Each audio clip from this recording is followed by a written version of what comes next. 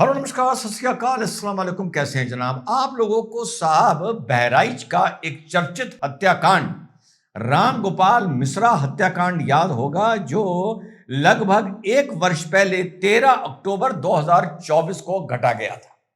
याद है आप लोगों को कि एक दुर्गा प्रतिमा विसर्जन के लिए एक जलूस जा रहा था। उस जलूस में कुछ गाने बज रहे थे। गाने वहां से जब सड़क से ये निकले तो मोहल्ले वालों को पसंद नहीं आए। मोहल्ले वाले मुसलमान थे। गाने क्या इस्लाम विरोधी मुसलमान विरोधी बज रहे थे? नहीं बज रहे थे। उन गानों में एक गाना बज रहा था जो पाकिस्तान विरोधी था। उस जुलूस को शाम के टाइम रोका गया और गानों पर आपत्ति होती है।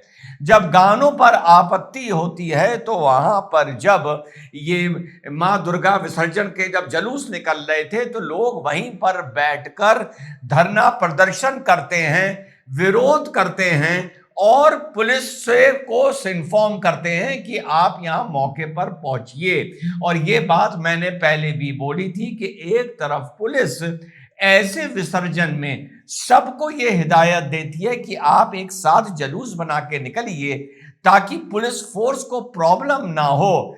और ऐसे मौके पर जब भीड़ चलती है तो कोई शैतानी या गलती वो इस तरफ से उस तरफ से, अभी मैं इसमें नहीं जा रहा, उसकी चांस भी बढ़ जाती है। लेकिन पुलिस ने इतनी हिदायत तो दी कि आप लोग सब जुलूस बनाकर विसर्जन के लिए जाएंगे, लेकिन आगे पीछे फोर्स नहीं थी। तो जब इनके कारवां को, इनके मूर्ति को, इनके डीजे को रोका जाता है तो ये लोग वहां धरना प्रदर्शन शुरू कर देते हैं, लेकिन पुलिस नहीं आती।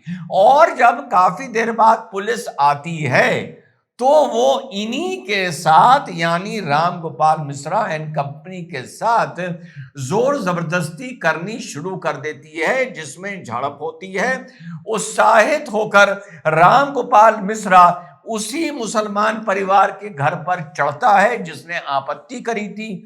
वहां पे चांद तारा का झंडा लगा हुआ था। आप लोगों को अच्छी तरह याद होगा, चांद तारा का झंडा नोच दिया जाता है। वहां पे राम गोपाल मिश्रा जो 22 वर्षीय है, यह घटना महाराजगंज की है, बहराइच से लगभग 40 किलोमीटर दूर की।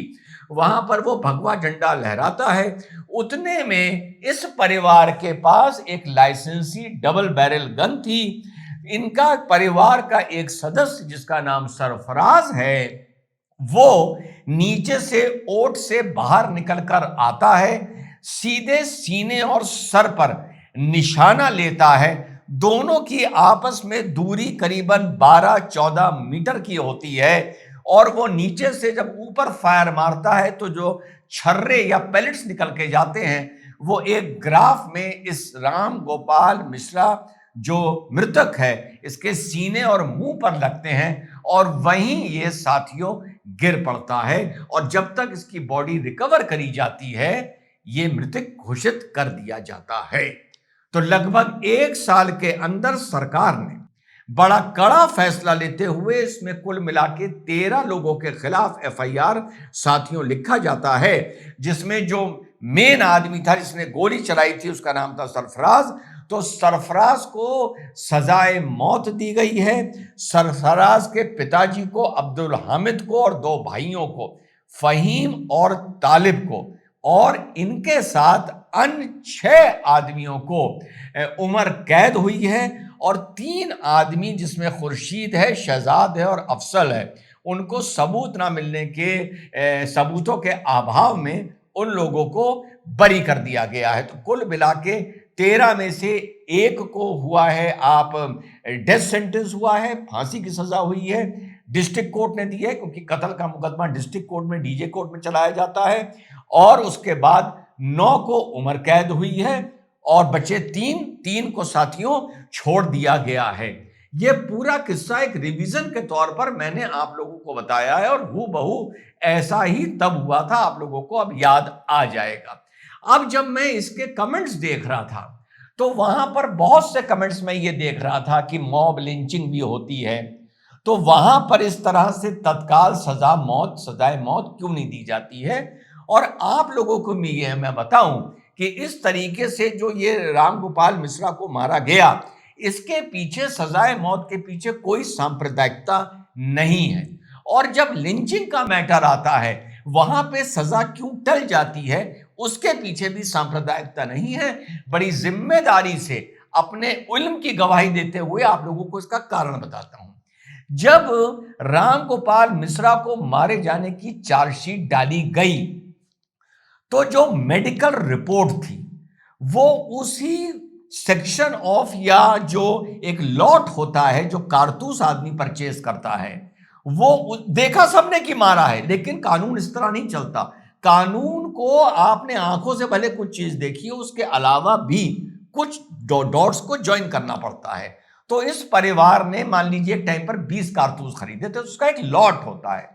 तो जो छर्रे राम गोपाल मिश्रा के बदन से लगभग 36-40 छल्ले पेलेट्स निकले हैं, वो लॉट इनके यहां से जो कारतूसों का लॉट बरामद हुआ उससे मैच खा गया।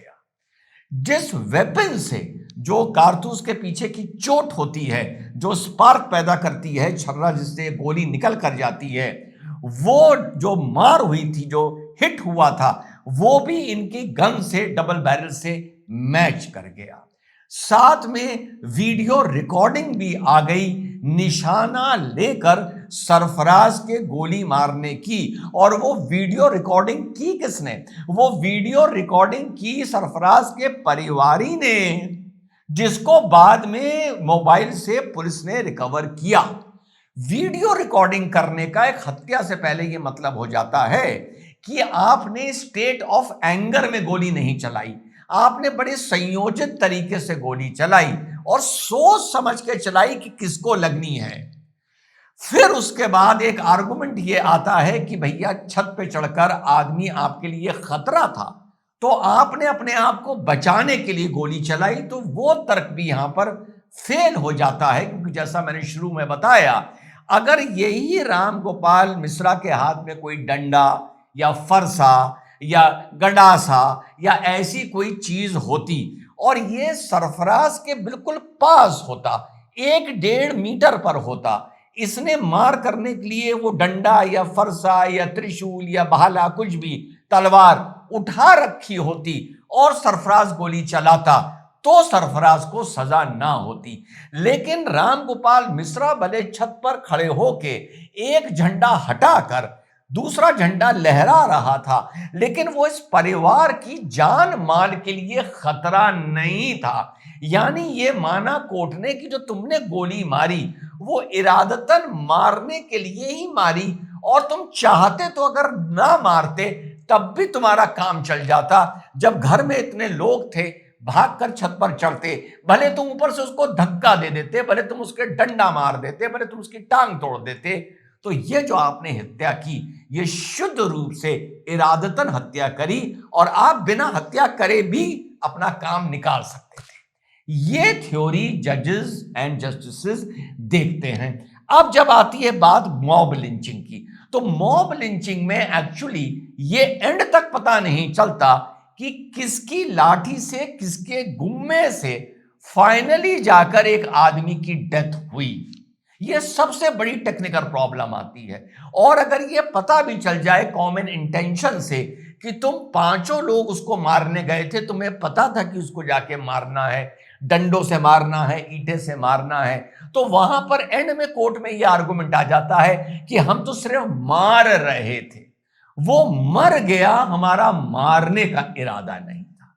जो बचाव सरफराज अपने केस में जाहिर सी बात है नहीं ले पाया, क्योंकि उसने बिल्कुल निशाना मिला के राम गोपाल मिश्रा के सीने और उसके मुंह पर फायर किया, जिससे 40 पैलेट उसके बॉडी में धसे और वह हेमरेज एंड ट्रॉमा से मर गया। इसको हेमरेज डेथ माना जाता है।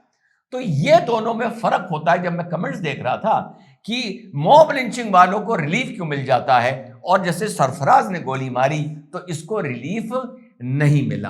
अब आगे देखते हैं कि हाई कोर्ट, सुप्रीम कोर्ट में कि ये सजा बरकरार रहती है या आगे जाकर सरफराज को भी इसमें रिलीफ मिल जाता है। जय हिंद, वंदे मातरम, खुदा हाफिज।